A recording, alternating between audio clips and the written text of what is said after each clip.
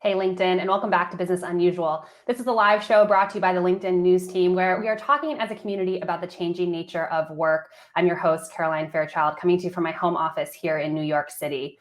Underrepresented groups often bear the brunt of a crisis, and this global pandemic is no different, with women, particularly women of color, facing a tough hiring climate, making it challenging them for both to save money as well as to find the right job. While much attention is paid to the gender pay gap in America, little is paid to the gender wealth gap. That's how much women are investing compared to their male counterparts. Even though they live longer on average, women invest only 32 cents for every dollar invested by men, and those stats are only going backward during this pandemic. And on the hiring front, since the pandemic began, women's share of new hires has taken a hit, dropping from 46.94% of hires pre-COVID to 44.86% of hires post-COVID, according to an analysis of LinkedIn data. The numbers are even more lopsided in industries like finance, tech, and entertainment that have historically struggled to hire women.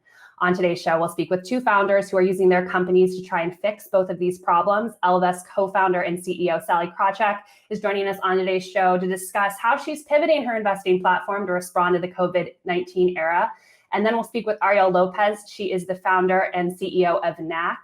It is a job platform that is looking to reinvent the job hunt process to make it more transparent.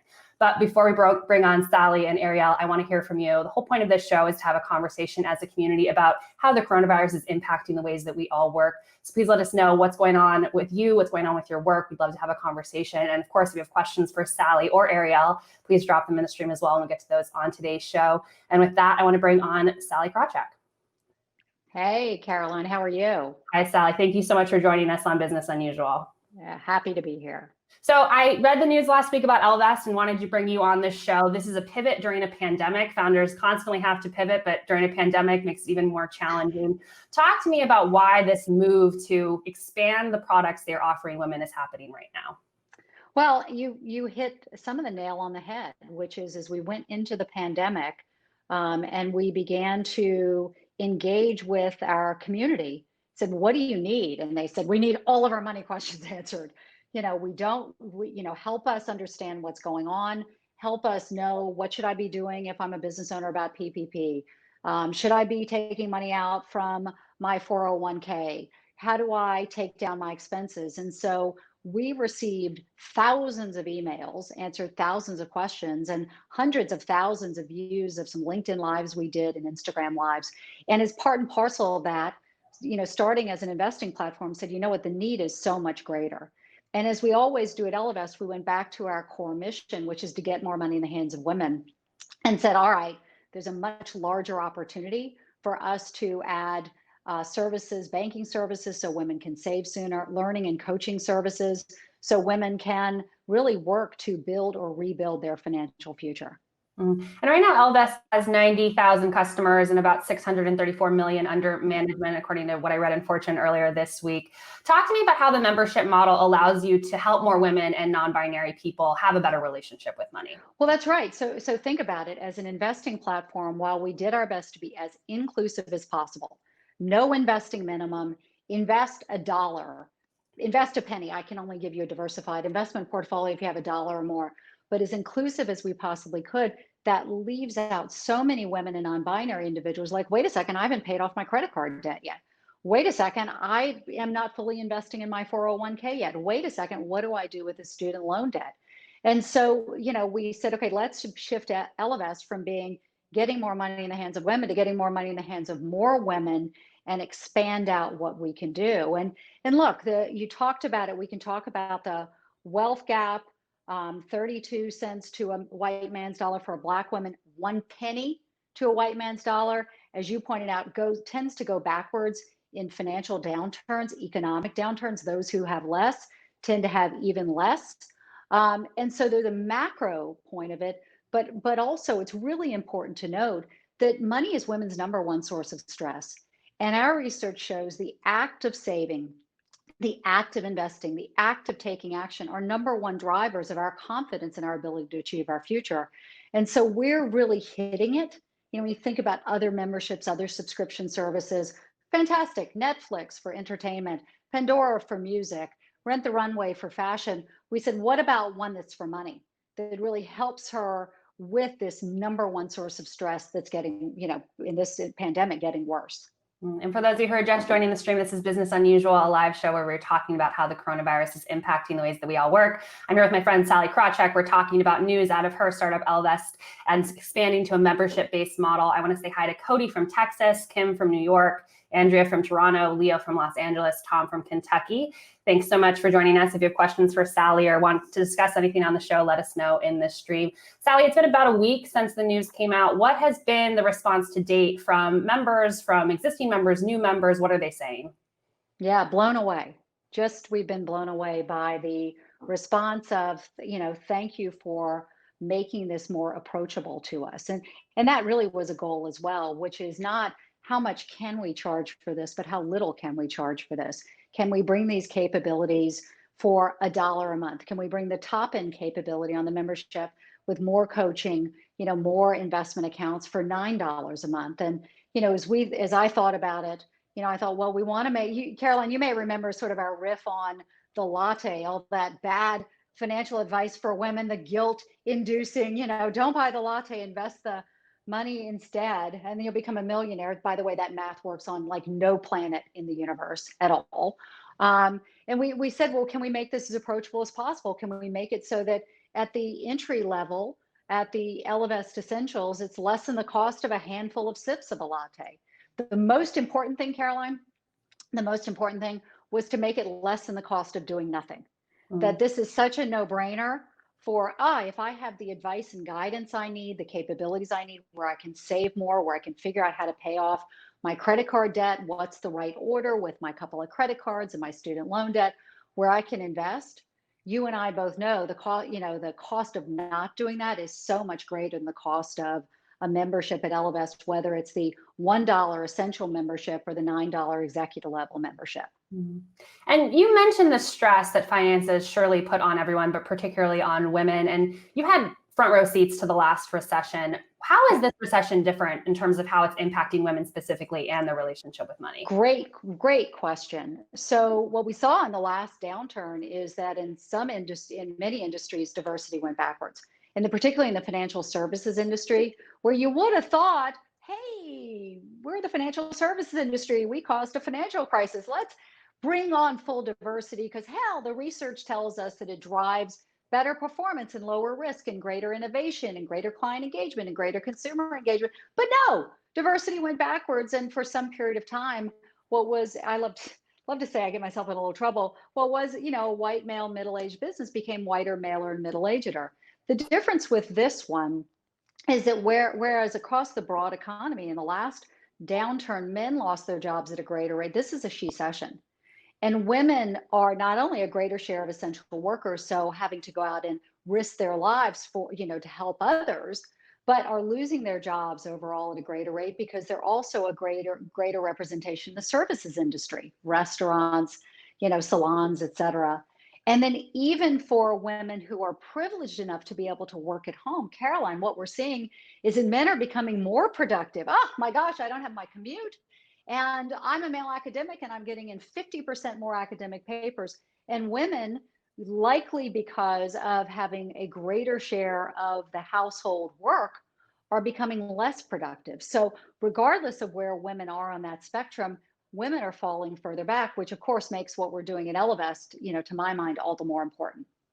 You told me earlier this year that if this pandemic does not build a case for diverse teams, nothing will. But we just saw on LinkedIn data earlier on in the show that the industries that had the most trouble with this, tech, finance, entertainment, are now regressing. What's going on? Why isn't this getting better?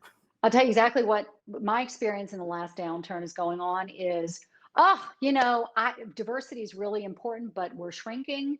And, I'd love to keep Susie on, but Ted, I can really trust Ted, or we have a promotion and I'd love to promote this individual, but, John, it just reminds me so darn much of myself when I was younger. And so what you see is that's seizing up. We can't afford to be more diverse right now. Despite the fact the research shows that that's not the case, what ends up happening is, I think the thought process is, I'm in so much pain right now. Work is so hard. I'm worried about the company that I can't the discomfort of managing diversity is something I just have to throw out. And I have to go back to my gut, which is that people like me do the job the best. And so diversity tends to go backwards in these environments, not because people mean for it to, oh, let's give up on diversity, but instead because people, well-meaning, just go back to their intuition. And of course, I think this is something that we're hoping will change coming out of the pandemic. But are there any trends that you're seeing either in finance or with Ellevest that you hope will endure past this pandemic? Anything positive that's happening right now that you think will make it more easy for women to invest or for women to find the right job? Anything in that vein? Well, first of all, I think the positive that's coming out of it is the long overdue reckoning in this country around racial inequality and the violence that Black people experience at the hands of police. That we are, thank goodness for cell phones, that we see this with our own eyes, and that there does feel like this catalyst, this moment. And so as we talked before, always hoping, gosh, if we've all, with the pandemic, it feels like we've been sent to our rooms, that some greater force said, you guys are messing it up, go to your rooms and figure it out. And when we talked, I'm like, gee, could it be the pay gaps close and the whatever? What's come out of it are the protest and the recognition and the coming together of so many people in this country to fight for, closing this inequality. It's long overdue. So while, we want everything to be fixed at the time, if this is it, thank the Lord for that.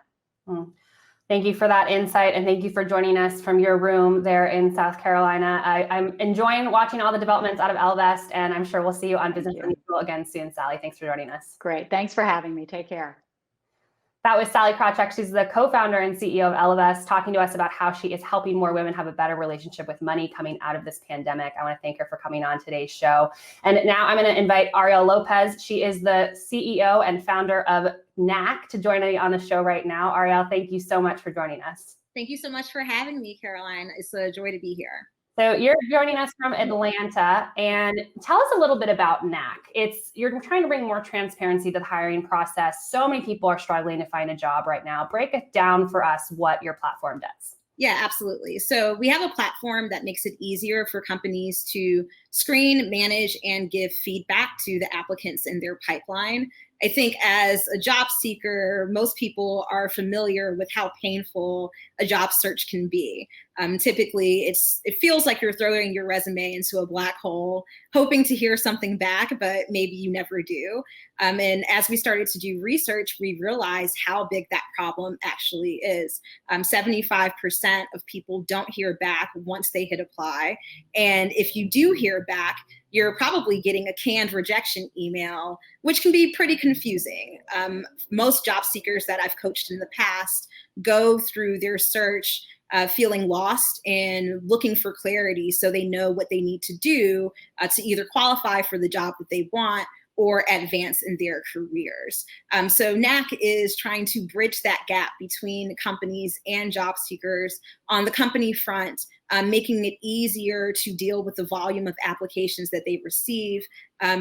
Job seekers don't understand that typically they get ghosted or they received a canned rejection email, not because they're not a good fit, but it's because the recruiter never saw their application in the first place.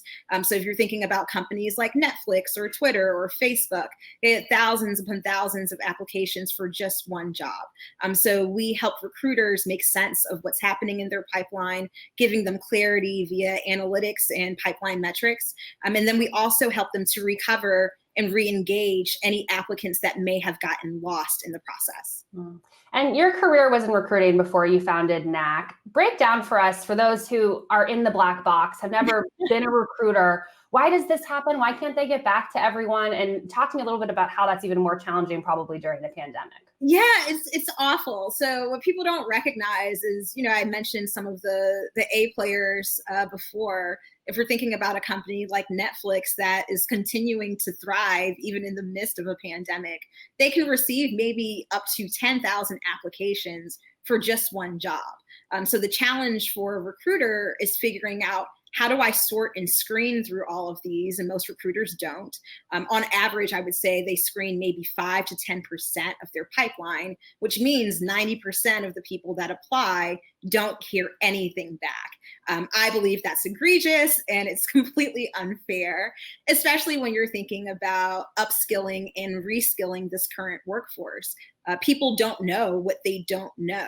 If I wanted to get a job at Twitter as a product designer, but I don't understand what's needed to actually qualify for that position, and I apply for the role and Twitter doesn't tell me, I'm essentially just as lost as when I started. So we really are trying to bring transparency into the process.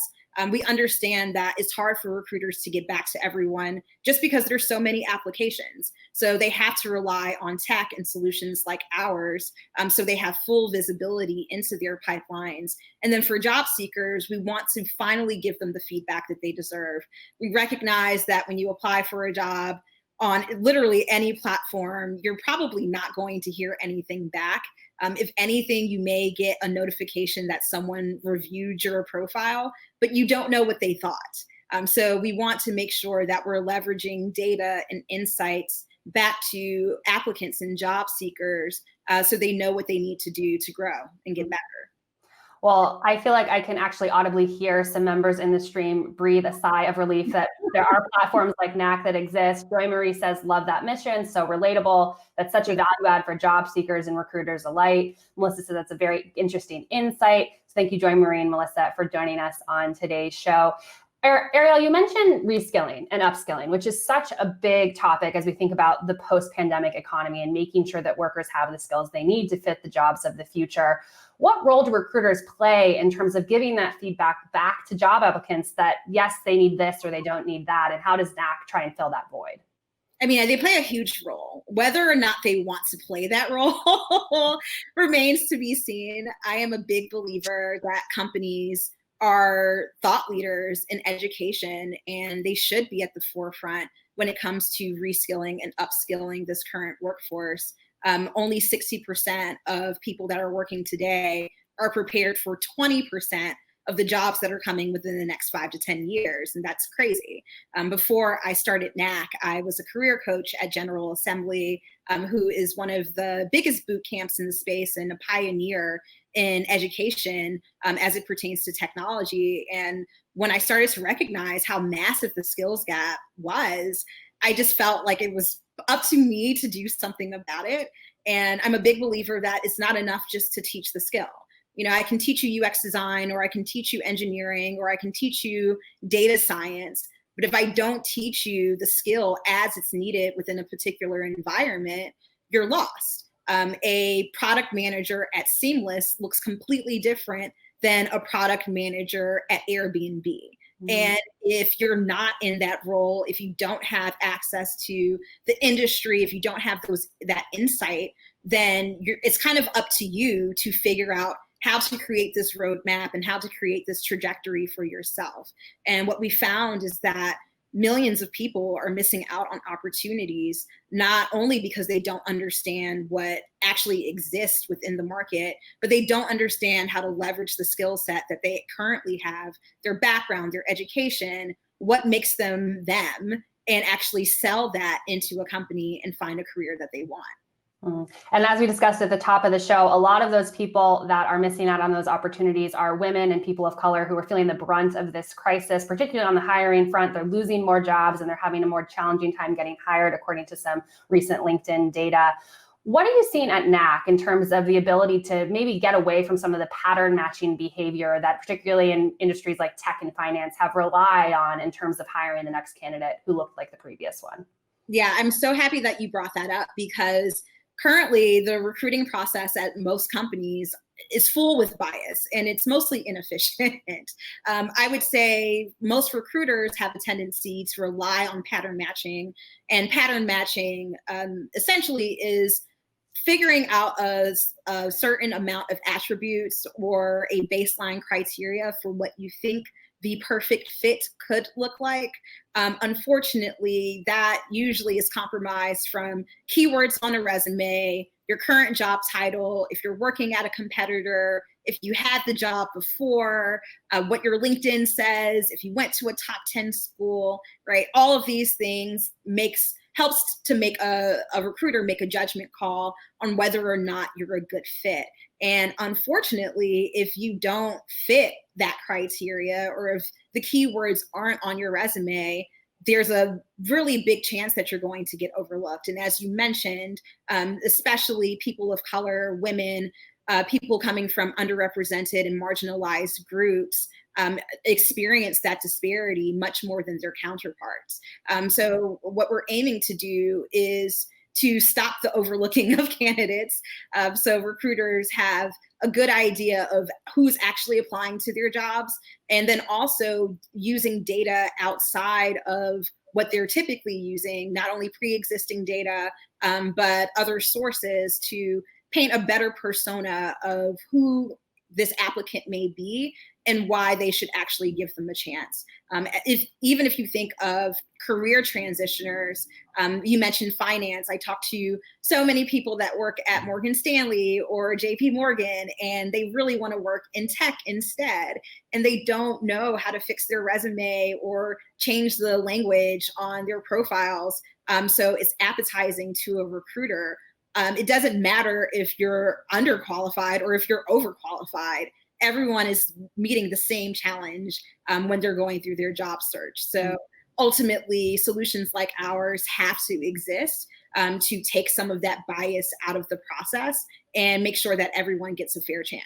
And we were just speaking with Sally Krawcheck earlier on in the show. She talked about really this reckoning that's happening across corporate America with these protests shining a spotlight on systemic racism across industries. From your vantage point as a recruiter, is the conversation going to change? Are the numbers going to stop moving at such a glacial pace? What are you seeing on the ground right now in terms of how the pandemic will impact diversity of teams across the board? Oh, I wish I had an answer for you. As I'm sure everyone that is watching this today is just kind of looking to see what's going to happen. What I will say is, I think what's frustrating is this conversation is not new. It's been happening for years. I literally wrote an article on Forbes about 10 things that companies are getting wrong in regards to diversity and inclusion in 2016. And everything on that list is still the same in 2020. But I think what the silver lining is, or what makes me somewhat optimistic, is just the climate is so charged right now. I don't think people are willing to go back to business as usual, no pun intended. I think right now is a time of reform, and people are coming together to say, hey, we don't like what's happening. We want to change how companies hire. We want to change the future of work. We want to change, just this capitalistic approach to society. So I'm really excited to see what happens on the other side. My hope is that companies really take this seriously and don't see diversity and inclusion as a charity case. It's not something that you should do because it's socially good, or it's because it's the right thing to do. It's the right thing to do because it makes your business better. It's the right thing to do because it helps to create better products and better services that serve consumers. And the consumers in this country are diverse. So if you want to stay ahead of the game, then you need to make sure that you are not only hiring them, but you are also creating products and services with them in mind. And I'm seeing many members in the stream agree with that sentiment. And before I let you go, I'm sure we have many members in the stream right now who, given the state of the economy, are looking for a job right now. What is your advice to them, and what trends coming out of the job market do you hope will extend beyond this pandemic? Yeah, so advice to anyone that is actively looking is to extend grace. I say that first and foremost because this is an unprecedented time. I know it's very cliche, but it is absolutely true. No one has ever seen anything like this before, even when it comes to remote work, which has been a trend for a very long time. I myself have been working remotely, like in and out of co-working spaces for years. So I can't say that it was completely different when the pandemic started, but it is completely different because I don't really have my freedom anymore. being able to just go to a Starbucks or a coffee shop that I like to work out of it for an hour or two, those liberties are gone. So I want everyone to understand this is not normal. If you are working from home right now, and I hope that you have the ability to, your schedule, all of these things are still not normal. Once the pandemic is actually over, I hope that we are able to enter a place where people are more understanding. I think a lot of job seekers, well, not even job seekers, but young professionals especially, just put a lot of pressure on themselves to be doing the right things and always in the right job and, you know, at the top of their game. And it's hard to do that right now. So extend grace, prioritize self-care whenever possible.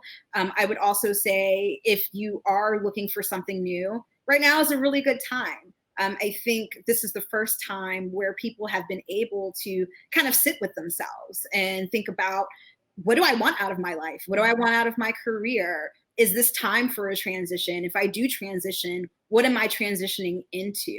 I think a lot of people are going to embark on new journeys, and that's really exciting. In terms of what I hope stays trendy is remote work.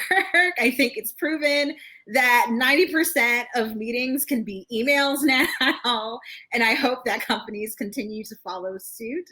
But I also think one of the things that came out of the pandemic that was really special is just the highlighting of all of the careers that are essential that we deem as non-essential, right? I think there's a tendency to look at blue collar jobs or people that are working in retail as being less than or as not successful as people that are working at a Facebook or a Twitter.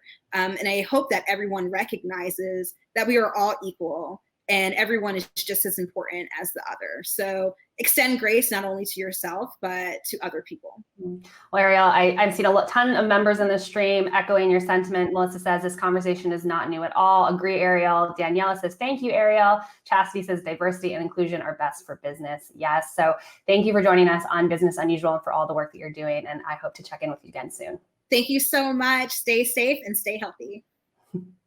That was Ariel Lopez. She is the co-founder and CEO of NAC, a job-seeking platform. And earlier on in the show, we spoke with Sally Krawcheck of Ellevest, talking about how she is pivoting her startup in the post-pandemic era. I want to thank both Sally as well as Ariel for joining us on today's show. This is Business Unusual, a live show coming to you from the LinkedIn news page at 12 noon every weekday. Tomorrow, I'll be back with you to speak with leaders across industries about how we can, at scale, reskill workers for the jobs of the future. It's going to be a great conversation featuring leaders from Microsoft. So please join us for that. This is Business Unusual. I'm Caroline Fairchild. Thanks so much for joining us.